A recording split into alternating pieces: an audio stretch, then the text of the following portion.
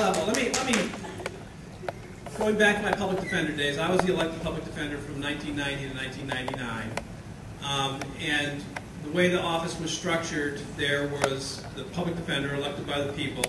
I created, at some point during those years, the position of deputy public defender that Ross Alderman, the current public defender, held. He's the only person ever to hold that position. And he's a white male.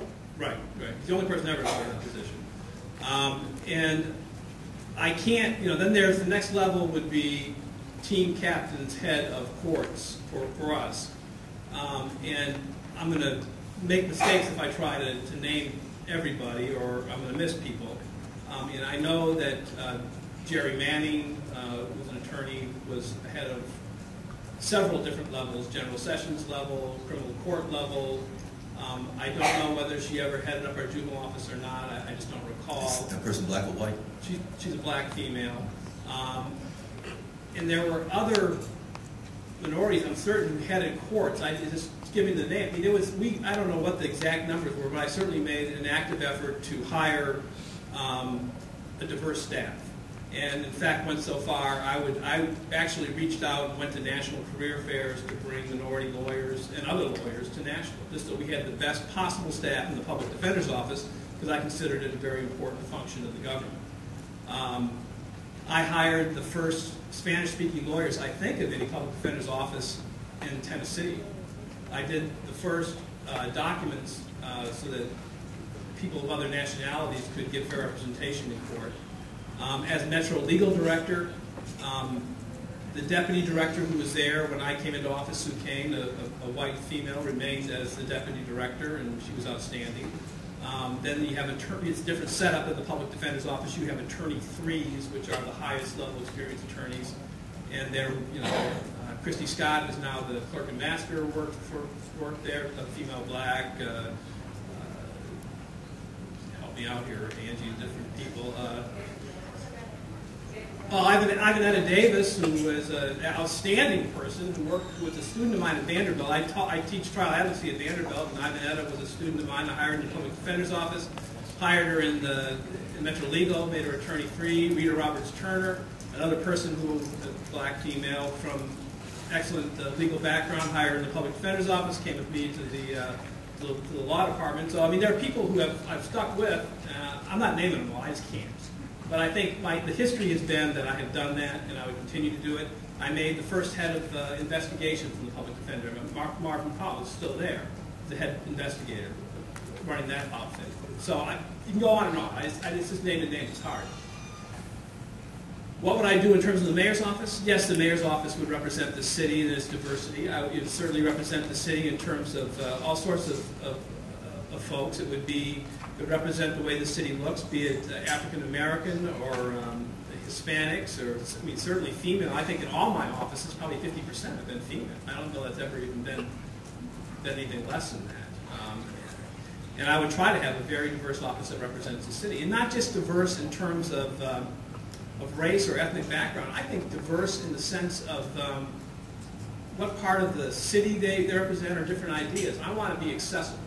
And I think the way you be accessible is that you have people in your administration who are not just clones of yourself, who have different ideas than you, look at things in a different way, and that will sort of guarantee that there'll be access from all viewpoints in the community, and I would definitely do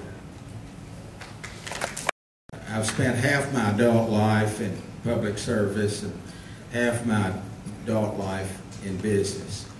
And I was youngest statewide office holder in the history of Tennessee. Got elected age 29. And Ethan Gibbs, one of my best, dearest friends, and I lost. As a matter of fact, a lot of you know him, had true vote and all that. He was my accountant at the Public Service Commission and did a wonderful job for me. I was also on the TVA board appointed by President Jimmy Carter. I had 55,000 employees and $6 billion budget annually. And I had the opportunity to hire a lot of people at that time.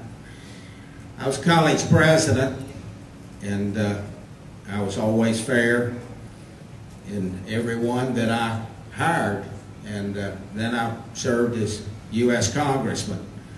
And as Dwight knows, my North Nashville office, Gail Stafford was over there.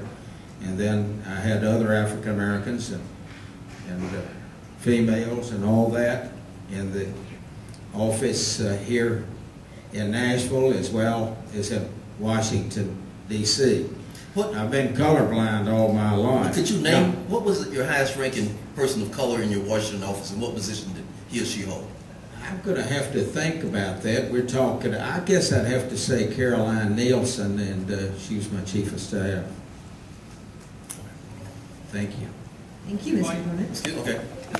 You leave some people out. The Public Defender's Office, I got to mention Sheila Jones, who is now a juvenile court referee, who worked with me and came from Vanderbilt where I was teaching. Quentin White, who I hired and was a leader in the Public Defender's Office. And interesting story, Bob. When I was interviewing Quentin, who was coming down from Washington, D.C., Bob was then a congressman. He was in my office visiting me. I think congratulating me on my re-election. Quentin was there and was so impressed that a congressman was visiting me. I think that helped recruit him. Carl Lewis, a well-known lawyer, worked with me, and Nita Sawyers, and there's many others. Anna Escobar, one of the first Spanish-speaking lawyers, Lupi Vod, one of the first Spanish-speaking investigators. I mean, it's been something I've tried to do throughout my career. I don't want to prolong this, Vicki, but Mr. Clement didn't say what his, if he's elected mayor, what his senior management staff will look like. All right, we'll allow him to say that. Thank you, Dwight. I did not. And you know, I need your advice and counsel on that too. And as you know, the first day I can appoint a deputy mayor, director of finance, and director of law. Most personnel with metropolitan government are under civil service, and therefore you don't have that much flexibility and freedom. But I will hire qualified, talented, gifted people from all colors, all races, all faiths. You know, I want to go through the process. I haven't promised anyone a job at all. Yet to be determined. Elections, as all of you know, is September the 11th. I need input, need advice, and need applications. And I'm sure open, but it surely will represent our population here in Nashville, because as Dwight and others know, the minority population, or maybe we shouldn't use minority. How do you want to say that, Dwight? Minority means less. Well, and also, matter of fact, I've had to battle that on the Transportation Committee, because what was happening is that women were cannibalizing the African American contracts, federal contracts, when it comes to road work. And it ended up, yes. And therefore, you know, you have to be careful about how you say it. But it should be representative of the total population. It's a good question. Thank you, Mr.